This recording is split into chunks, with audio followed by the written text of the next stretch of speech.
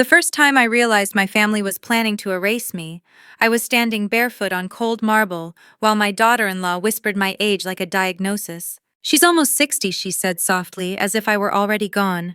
"We need to move fast." I didn't mean to hear that sentence. It slipped through the crack of a half-closed door, sharp as a blade.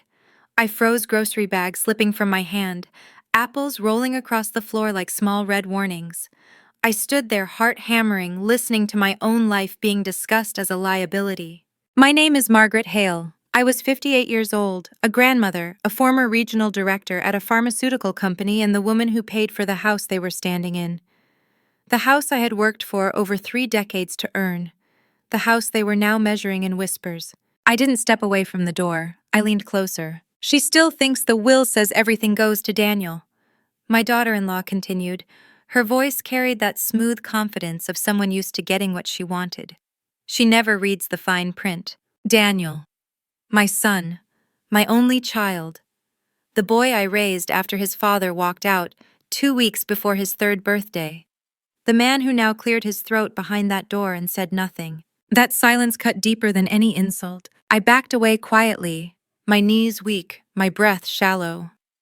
I carried the groceries to the kitchen on autopilot, my hands shaking as I set them down. My reflection stared back at me from the microwave door, gray streaks in my hair, fine lines around my eyes, still strong, still here, still very much alive. That night I lay awake listening to the house breathe. Every creak of the floorboards sounded like a confession. Every whisper of air through the vents felt like a secret passing overhead. I replayed that sentence again and again. "We need to move fast." Fast toward what? The next morning, I played my part. I smiled. I poured coffee. I asked about my grandson's school project and complimented my daughter-in-law's new haircut. I watched Daniel avoid my eyes while buttering his toast. I noticed how often he checked his phone. At 10 that morning, a courier arrived with a large envelope addressed to me. Inside were documents from a law firm I didn't recognize, a revised estate plan, a new will, a cover letter explaining how minor updates would better reflect my current needs. Current needs. I read every word slowly, carefully. By the 3rd page, my stomach clenched. The beneficiary had changed. My estate, including the house, the investment accounts, the insurance payout. Everything I had built was no longer to be distributed evenly between Daniel and my granddaughter through a trust. It was all going directly to Daniel. And in a separate clause tucked neatly between paragraphs was a recommendation for alternative living arrangements should I become unable to manage daily affairs independently. They were planning to put me away. I folded the papers and slid them back into the envelope. My hands were steady now. Something inside me had gone quiet, sharp, alert. That afternoon, I drove to the office of my former colleague, Ellen Pierce. We had survived corporate politics together for 20 years. She read the documents once and looked up at me with eyes full of fire. "They think you're weak," she said. "That's their first mistake." I didn't cry. I didn't shout. I didn't confront anyone. I began to prepare. By evening, I had opened a new bank account in my own name only. I redirected my pension. I contacted a private attorney who specialized in elder financial abuse. I scheduled a full cognitive evaluation for myself, unprompted, documented, official. And then I did something else. I installed cameras. Small ones, invisible ones, the kind that see everything and forget nothing. That night as I lay in bed, I watched my living room on my phone. I saw my daughter-in-law sit close to Daniel, her hand on his knee, her voice low and confident. "Once she signs, it's done," she said. "She won't even understand what happened." Daniel nodded. I closed my eyes. They thought the story was about inheritance? They were wrong. It was about survival. And I had just turned the first page. The first recording lasted exactly 12 minutes and 40 seconds. That was all it took for my illusion of family to shatter completely. I watched from my phone as my daughter-in-law paced the living room papers spread across my coffee table like trophies. Daniel sat on the sofa I had bought when he was in high school, elbows on his knees, head in his hands. "She's getting suspicious," he said. "She's old, not smart," she replied without hesitation. "There's a difference." I felt something twist in my chest, tight and hot, not pain, recognition. This wasn't confusion, this wasn't stress, this was strategy. They spoke openly, casually, like coworkers discussing a delayed project. "She won't go to a lawyer," my daughter-in-law continued. She hates conflict, always has. And if she does, we push the health angle. Memory issues, mood swings. The doctor will listen to us. We're family. Family. Daniel finally looked up, and if she refuses to sign, her smile was slow and deliberate. Then we make her life uncomfortable enough that signing feels like relief. They discussed cutting off access to the car, canceling supplemental insurance, reducing groceries, framing it as financial stress, temporary hardship, necessary adjustments. She'll cave, she said. They always do. I stopped the recording and sat there in the dark, phone glowing in my hands. My heart was steady, my breathing calm. They had no idea who I used to be. Before retirement, I managed teams of hundreds. I negotiated contracts worth millions. I survived layoffs, betrayals, and boardroom knives sharper than anything they were wielding now. They thought age made me soft. Age made me precise. The next few days became a performance. I let them see hesitation. I let my voice tremble when the bills arrived. I asked Daniel to drive me to the pharmacy. I mentioned being tired. I skipped a dinner out. Every reaction was noted, measured, encouraged. On Thursday evening, my daughter-in-law brought the documents to me with a cup of chamomile tea. "Just sign here, Mom," she said sweetly. "It's for your own protection." I looked at the page, the pen, her face. "I want to sleep on it," I said. Her smile faltered for half a second. Just enough. That night, I sent copies of every recording to my attorney. I backed them up to 3 locations. I wrote a timeline, names, dates, exact phrases. On Friday morning, I attended my cognitive evaluation. I passed with flawless results. The doctor smiled and told me my memory was sharper than most people 20 years younger. I asked him to put that in writing. By Saturday, my attorney had enough to move. But I wasn't done. I invited them both to sit with me on Sunday afternoon. I told them I was ready to sign. Relief flooded their faces. As they leaned forward, confident, triumphant, I placed my phone on the table. "Before we do," I said calmly, "there's something you should hear." I pressed play. My daughter-in-law's voice filled the room. Clear, cold, unmistakable. "She's old, not smart." Daniel went pale. I watched realization crash over them like a wave. Denial, fear, rage. I didn't raise my voice. "I know everything I said, and you have no idea how much you've already lost." The silence that followed was thick, electric, alive. Outside, the late afternoon sun cast long shadows across the floor. Inside, the balance of power shifted. And for the first time since my husband left all those years ago, I felt completely in control. I did not raise my voice after the recording finished. I didn't have to. Silence can be a weapon when you know how to hold it. Daniel stared at the phone like it had grown teeth. My daughter-in-law Rebecca recovered first. She always did. Her spine straightened, her lips pressed together, and then she laughed. A light, dismissive sound like brushing dust off a sleeve. "That could be taken out of context," she said. "People say things when they're stressed." I watched her carefully. The way her fingers tapped twice against the table, the way her eyes flicked toward Daniel, then back to me. Stress, another word they loved. Out of context, I asked quietly. "You discussed canceling my insurance. You discussed isolating me. You discussed manipulating a doctor." Daniel swallowed. "Mom, we were just talking, nothing happened." Yet I replied. I stood up slowly, every movement deliberate. I had learned long ago that control unnerves people more than anger. "I am not signing anything today," I said, "or tomorrow, or ever." Rebecca leaned forward. "Margaret, you're being dramatic." I smiled at her, not warmly, precisely. "No," I said, "I'm being informed." I left them at the table and went to my bedroom, closing the door behind me. I didn't lock it. I wanted them to feel the space where control used to be. That night I barely slept, not from fear but from awareness. Every sound carried weight.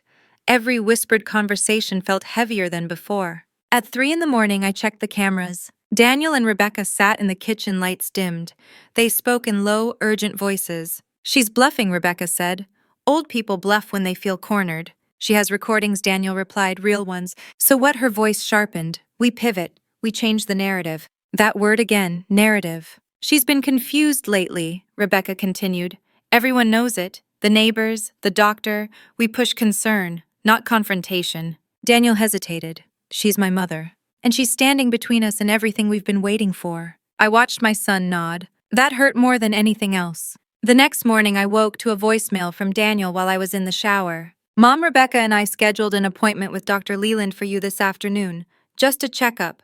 You didn't answer your phone." Dr. Leland had been my primary physician for years. They were moving fast. I dressed carefully, choosing a blouse I wore to board meetings, pearl earrings Daniel had given me years ago. I wanted to look exactly like myself. Not fragile, not uncertain. I called Dr. Leland's office directly. I did not request an appointment, I told the receptionist, and I will not be attending one arranged without my consent. There was a pause, papers rustled. I'll make a note, she said carefully. Good. By noon, Rebecca had begun phase 2. The grocery delivery I usually receive didn't arrive. The pharmacy called to say my supplemental insurance was inactive. When I asked who canceled it, the answer came clipped and uncomfortable. Your family representative. I felt the old rage then, the kind that simmers not explodes. That evening, I invited Ellen over. I told her everything. I showed her the recordings. They're escalating, she said, which means they're desperate. I nodded, so am I. No, she corrected gently. You're focused. That night, I made my decision. I wasn't going to stop them quietly. I was going to let them expose themselves. On Wednesday, I told Daniel I would sign. I said it over breakfast, stirring my coffee, slowly, eyes downcast. I let my voice waver just enough. I've been thinking, I said. Maybe you're right. Maybe it's time I let go of some things. Rebecca froze mid-sip. Daniel looked relieved. Too relieved. We can review everything together, he said quickly. At your pace. I nodded. That would help. By noon, Rebecca had arranged a meeting with the lawyer she had insisted was just helping. His name was Thomas Greer. He practiced out of a small office downtown. I had already looked him up. 2 disciplinary complaints. Nothing proven. Enough smoke to smell fire. Before we left, I slipped the recording device into my purse. The newer one. Smaller. Better. I had learned from my first mistake. The law office smelled like stale coffee and old paper. Greer greeted me with a smile that never reached his eyes. Mrs. Hale, he said. Good to finally meet you. Rebecca sat close, too close. Greer slid the documents across the desk. This is a straightforward process.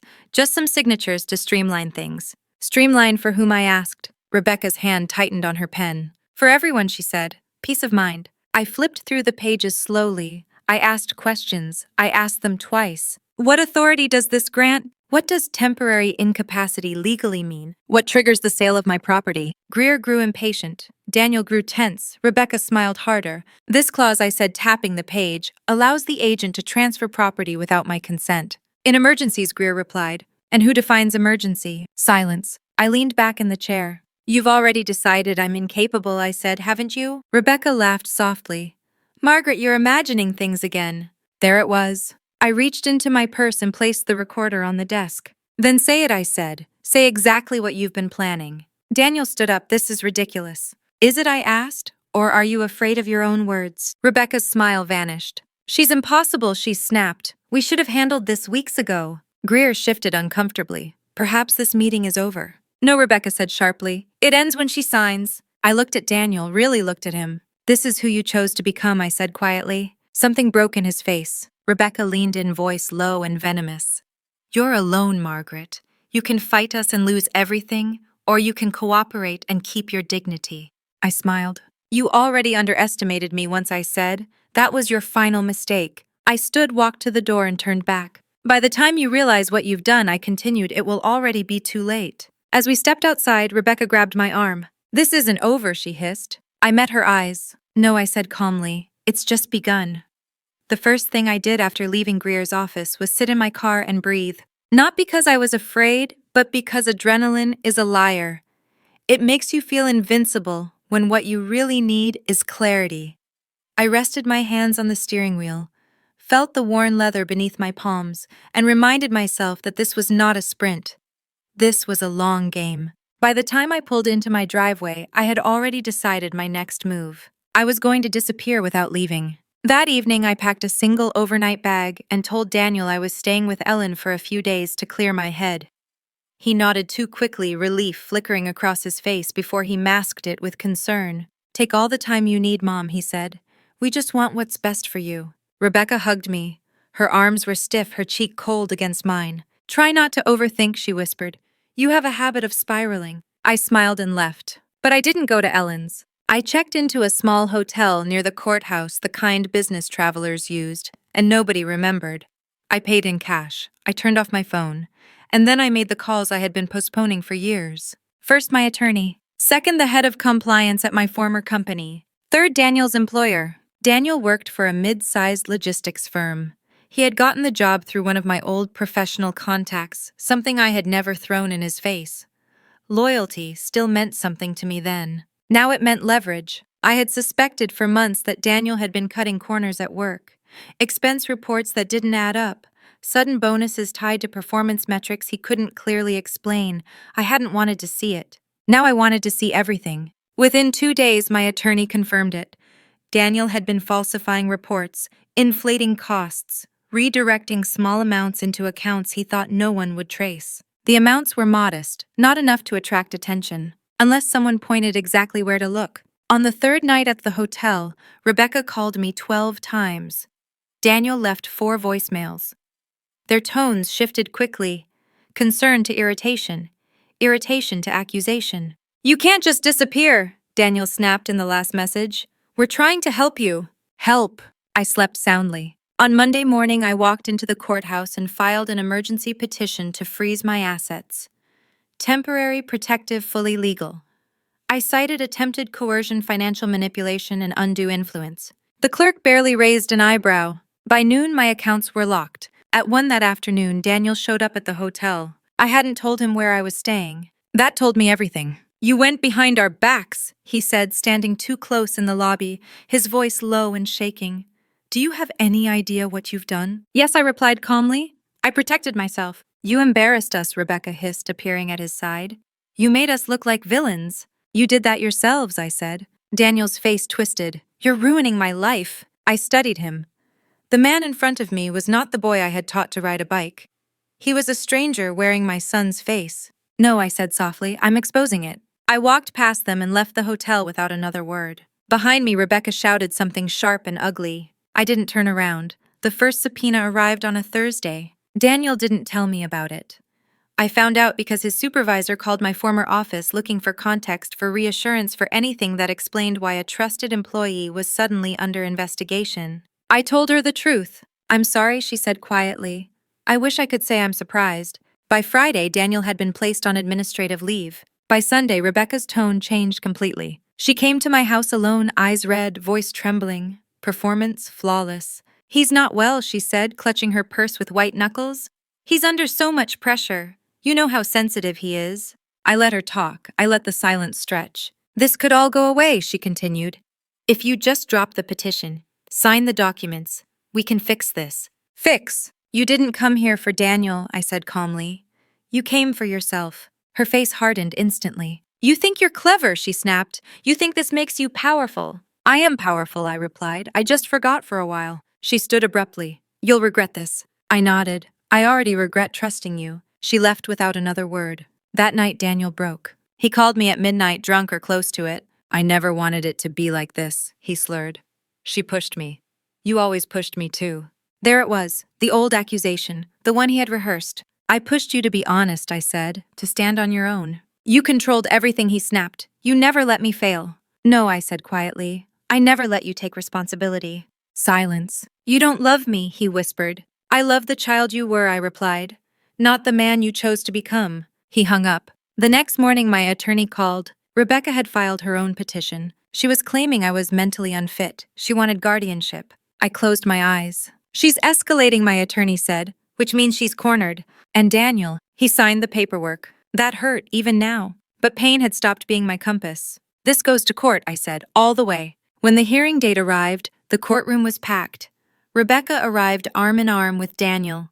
Her expression carefully calibrated worried wife, devoted daughter-in-law. I sat alone. The judge listened, the doctor spoke, the evidence was presented. And then my attorney played the recording. Rebecca's voice filled the courtroom. Cold, calculated, cruel. "She'll cave. They always do." Daniel stared at the floor. When the judge ruled, his voice was firm. "The petition for guardianship is denied." Rebecca went pale. "And the court finds sufficient evidence of attempted undue influence to refer this matter for further investigation." I exhaled slowly. Outside the courthouse, Daniel stopped me. "Mom," he said hoarsely, "please." I looked at him one last time. "This was your choice," I said. "Now you live with it." As I walked away, the sun warm on my face, I felt something I hadn't felt in years. Not victory, freedom. And the story was far from over. The first thing people don't tell you about betrayal is this: once the mask falls, it never goes back on the same way. After the court hearing, Daniel stopped pretending. He didn't call to apologize. He didn't ask how I was sleeping. He sent a single text message, short and venomous. "You humiliated us, don't expect forgiveness." I read it once, then deleted it. Forgiveness had never been the goal. Truth was, what I didn't expect was how quickly the consequences would spread beyond our family. Within a week, Daniel's employer terminated his contract. The internal audit uncovered more than careless reporting. There were patterns, intent, email trails that told a story of a man who believed rules were optional as long as he felt entitled enough. Rebecca blamed me for that too. She left a handwritten note taped to my front door, as if we were living in some twisted suburban drama. "You took everything from us. I hope you can live with that." I stood there for a long time holding the paper, noticing how carefully she had written my name, how deliberate each stroke was. Rebecca had always been meticulous when it came to appearances. That was her weakness. 2 days later, Ellen came over with a bottle of wine and news she had been sitting on. "You're not the only one Rebecca's crossed," she said carefully. Apparently, before marrying Daniel, Rebecca had worked as an office manager for a private construction firm. She had left suddenly under the polite explanation of personal reasons. What actually happened was quieter and uglier: missing funds, altered invoices, an internal settlement that included a non-disclosure agreement and a forced resignation. It never made the news. But records existed. I didn't pursue that lead immediately. Revenge isn't about speed, it's about timing. Instead, I focused on reclaiming my life. I rewrote my will with a lawyer I trusted. I created a trust for my granddaughter that neither Daniel nor Rebecca could touch. I transferred the house into a protected estate structure that required my personal consent and a court review for any changes. I also did something else. I changed the locks. The day Rebecca realized she no longer had access to my home was the day she lost control completely. She showed up screaming, pounding on the door, accusing me of theft, of cruelty, of destroying her family. I didn't answer. I watched her from the window as she stood there, mascara streaking, phone pressed to her ear, spinning whatever version of the story she thought might still work. That was the moment I understood something important. Rebecca wasn't angry because she loved Daniel. She was angry because she had lost leverage. That night I received an unexpected email. It was from the wife of Daniel's former supervisor. She had found my name while searching court records.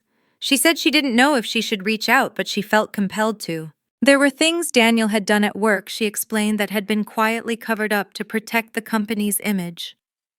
Rebecca had been involved in some of those conversations, pressuring, threatening, manipulating. "If you ever need someone to corroborate a pattern," the email ended, "I will tell the truth." I stared at the screen for a long time. This wasn't just about me. This was about stopping them.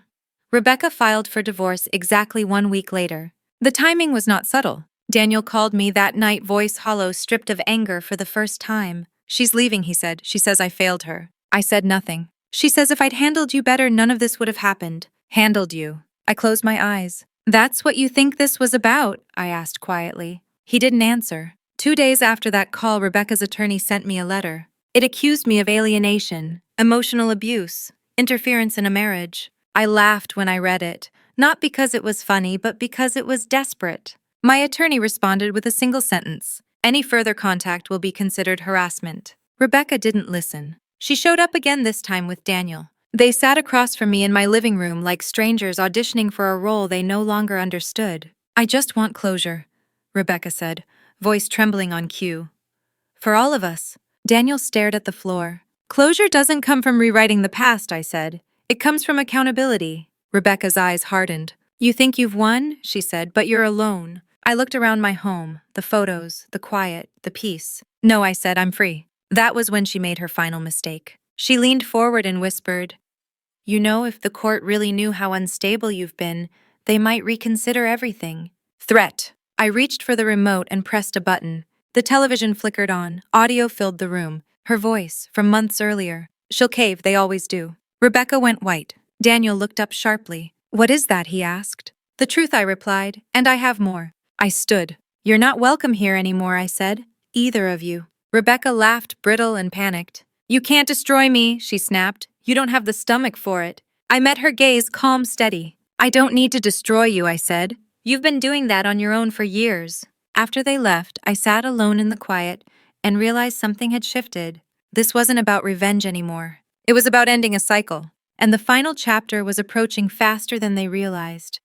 The call came the morning after Rebecca's threat. Unknown number. Calm male voice. Mrs. Hale, this is investigator Samuel Ortiz.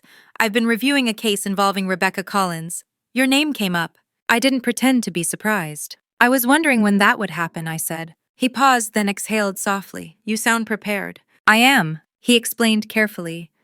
Rebecca's former employer had reopened an internal investigation after receiving an anonymous tip. That tip, I suspected, came from the supervisor's wife.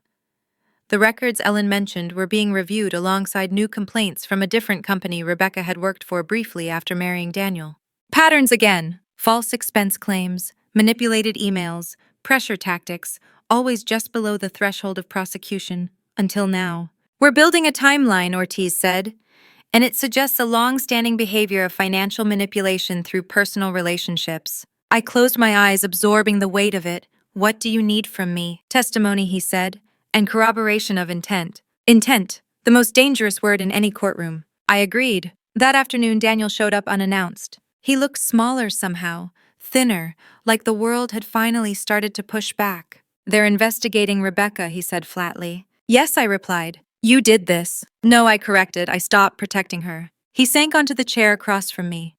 She says she only ever did it for us, for our future. That's what she told you, I said, not the truth. He rubbed his face with both hands. I don't know who she is anymore. I studied him for a long moment. The question you should be asking, I said, is who you are without her. He looked up, eyes wet. I don't think I like the answer. That was the first honest thing he'd said in years. 2 weeks later, Rebecca was formally charged. Financial fraud, coercion, attempted undue influence. The language was clinical, but the meaning was brutal. Her carefully constructed image collapsed overnight. Friends distanced themselves. Former colleagues resurfaced. Stories aligned. Karma doesn't rush. It waits. Rebecca called me from a blocked number the night the charges became public. You're enjoying this, she spat. No, I said calmly. I'm finishing it. You could stop this, she hissed. You could tell them it was a misunderstanding. I smiled, though she couldn't see it. For years, I said you believed silence was weakness. You were wrong. She screamed then, accused me of cruelty, of selfishness, of stealing her life. I let her talk. When she finally stopped, I said one last thing. You didn't lose because I'm ruthless, I said. You lost because you underestimated an older woman who had nothing left to fear. I hung up. That night I slept deeply. Daniel moved out quietly. No dramatic farewell, no confrontation, just boxes and silence. He left the key on the counter. I watched him load the last of his things into the car from the window.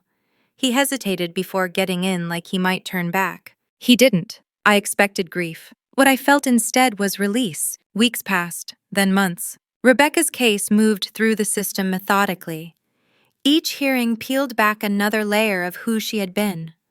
The judge listened. The evidence stacked.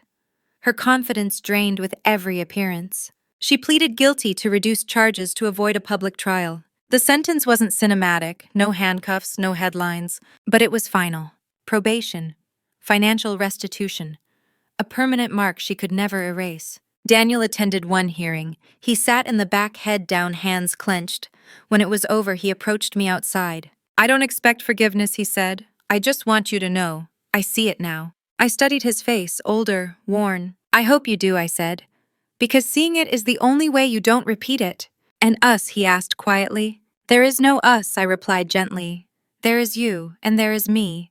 What you do with that is your responsibility. He nodded, once, then walked away. That winter I hosted Thanksgiving for the first time alone. I invited neighbors, colleagues, women I had known for years but never made time for.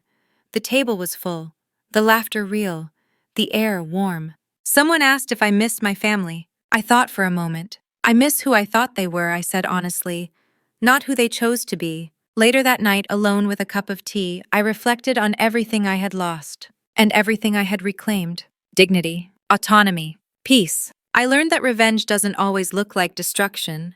Sometimes it looks like exposure. Sometimes it looks like walking away intact while others collapse under the weight of their own choices. And sometimes the most powerful justice is simply living well, unafraid and unmanipulated. The story wasn't over yet, but the ending was already written. The letter arrived in early spring, long after the house had settled back into its familiar rhythms. Same creaking stairs, same morning light slanting across the kitchen floor, same silence that no longer felt lonely, only earned.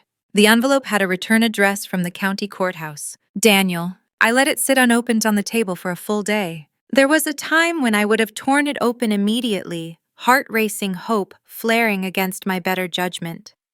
That woman no longer lived here. She had been replaced by someone slower, steadier, and far less willing to bleed for potential.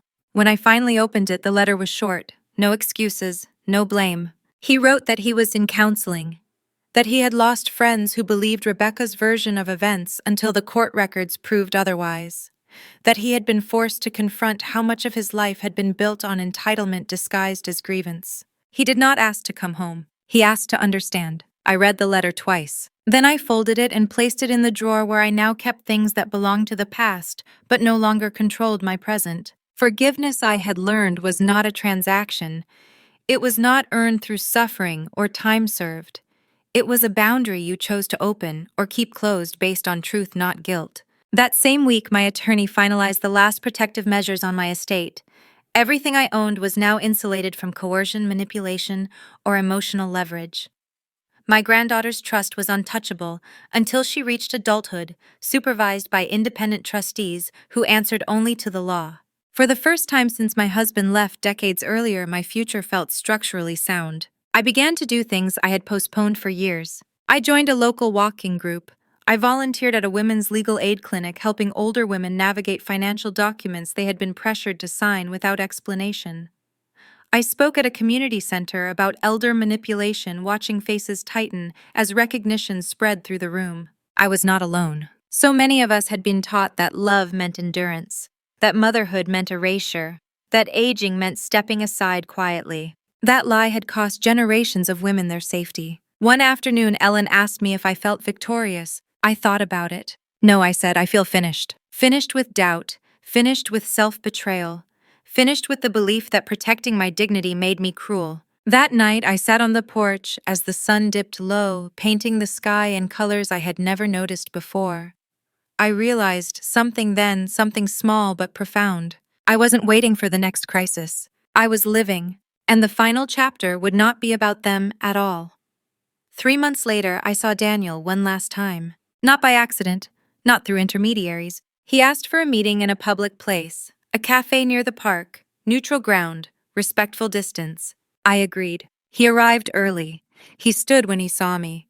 Small details but meaningful ones. He looked older, quieter, less sure of his place in the world. I don't expect anything, he said before sitting down. I just needed to say this without hiding. I listened. He spoke about shame, about realizing how easily he had allowed someone else to rewrite his history with me, about how convenient it had been to turn his disappointments into my fault. I thought you controlled me, he said, but the truth is I was afraid to stand on my own. I nodded. Fear has a way of finding accomplices. He swallowed. I don't know if we'll ever have a relationship again. That depends on who you become, I replied calmly, not on who you say you regret being. He accepted that, finally. When we stood to leave, he hesitated. I'm glad you didn't break, he said quietly, even if it cost me. I watched him walk away without calling him back. Some endings don't need closure, they need honesty. That summer I hosted a small gathering in my backyard. Nothing formal, just food, music, laughter. Women from different chapters of my life sat together sharing stories that had once been whispered and now rang out freely. At one point, someone asked how I found the strength to fight my own family. I didn't answer immediately. Then I said, because I finally understood that love without respect is not love, it's control. As the evening wound down, I stood alone for a moment, looking at the house behind me. The house they once tried to turn into leverage, into currency, into a prize. It was never those things. It was a witness to my labor, my sacrifice, my awakening. If you're listening to this, and something in my story feels uncomfortably familiar, I want you to know this. You are not selfish for protecting yourself. You are not cruel for refusing manipulation. You are not weak because you trusted once. But you are powerful the moment you stop paying for other people's greed with your peace. If this story resonated with you, take a moment to like it, share your thoughts in the comments, and subscribe for more stories about justice, truth, and reclaiming your life at any age. Because it's never too late to choose yourself.